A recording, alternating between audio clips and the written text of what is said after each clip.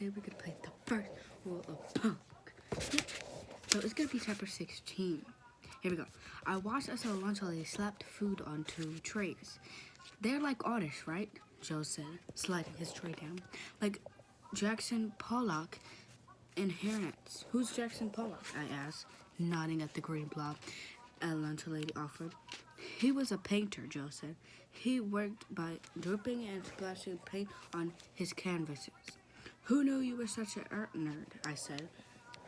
I'm a man of many interests. Thank you very much. Joe said, come on. I told this kid I know named Benny to meet us at my usual table.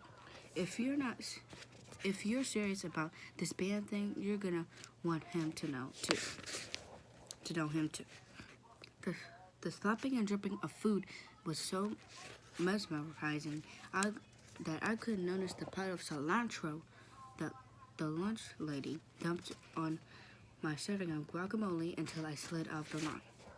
Great, I muttered. It was a sickening, soapy scent. Sickening, soapy scent drifted up my nose toward my nose, and as I nervously followed Joe's to his table. I've been eating lunch in this library whenever Mr. Baca would let me stick around. I even offered to reshelve the books when I was done eating. It was good. It was good. It was a good way to avoid Selena. Plus, it just felt weird to sit alone in the cafeteria every day.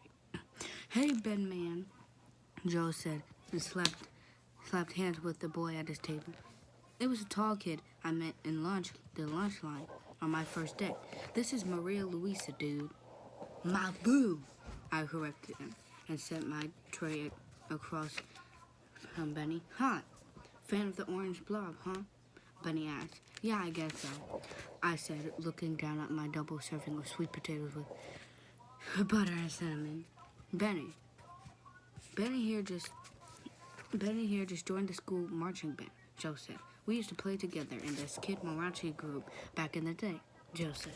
I can't believe our moms made us do that. Remember those little suits we had to wear, bro? Still doing it, bro, Benny said. He gave a look that Joe that said he didn't appreciate him poking fun at the Kid Mariachi band. That's cool, Joe said. It's not a change the subject, but Maria Luisa is forming a band for the Fall Fiesta Tonight show, talent show. And I told her it might be interesting. Is that why I'm here? Benny asked. I thought you were missing a little Mariachi suits we wanted back in. Joe gave him a guilty grin. What do you play? I asked Benny. What do you play? I asked. Benny's black instrument case sat on the floor between us. Trumpet, Benny said. Do you play anything else? I knew beggars couldn't be choosers, as Mom liked to say, but I had to ask. What the band needed was drums, not trumpet. Seriously? Benny said, shaking his head. I started to pull out the tiny cilantro leaves that were ruining my perfectly good guacamole. If you ever want to torture me, just force feed me cilantro.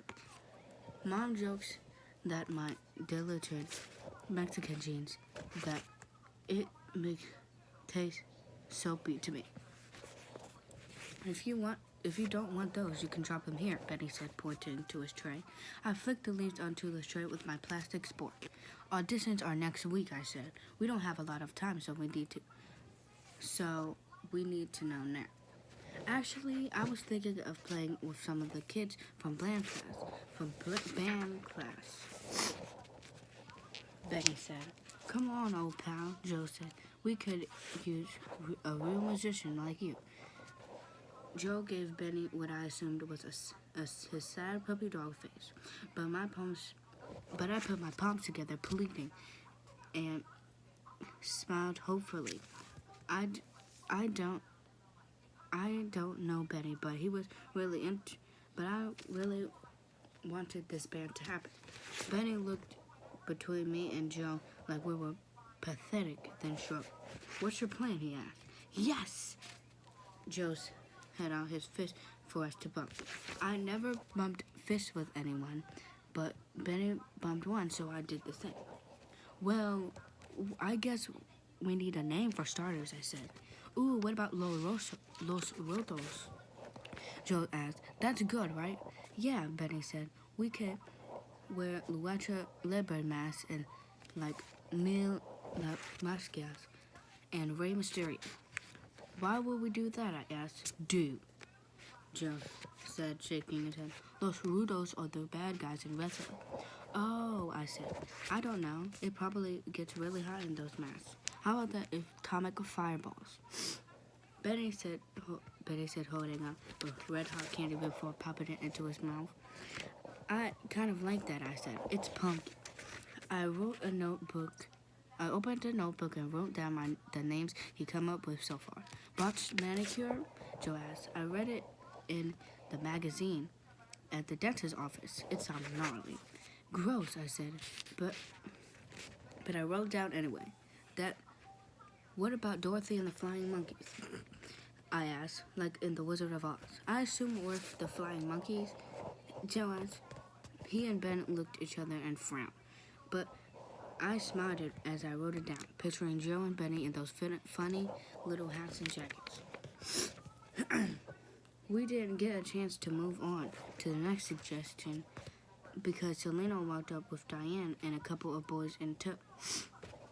They all wore matching candy necklaces, even the boys, like a pack of clones that escaped from Willy Wonka's factory. Looks like you found your table, she said. I warned you. You always say the nicest things, I said, closing my notebook. I saw your name on the audition sign-up for the talent show, Selena said. I hope you aren't seriously thinking of entering. What if we are? Joe asked. We? Selena asked. You too, Benny? Are you playing your trumpeta? Maybe, Benny said, looking uncomfortable. I bet it would be some kind of weird coconut music, right? Maria Luisa. She winked at me like we were doing a joke together. It was the second time she said something about coconuts, and I still didn't get it. What are you doing, Joe asked. Your tired cucaracha killing dance? What are you doing, Joe asked. Your tired cucaracha killing dance? Selena pulled off her candy necklace and began playing with it, twisting it into a cat's cradle. You seem have forgotten that you were in that cucaracha killing dance too, before you turned into a coconut. It's true, Benny said, laughing. Joe could stomp like nobody's business. Joe punched Benny in the arm. You guys are no fun, Selena said, pouting. Move along then, Chafinas, Joe said. I remember Chafinas was one of the Mexican comedies my abuelo used to watch. He had a funny little mustache that looked like it was drawn with a pencil. I giggled at the thought of Selena with a pencil-drawn mustache over her lips. Selena put the palm of her hand on Joe's face. Later, weirdos, she said, then turned and walked off with her friends. Why did you call her a coconut, Maria Luisa?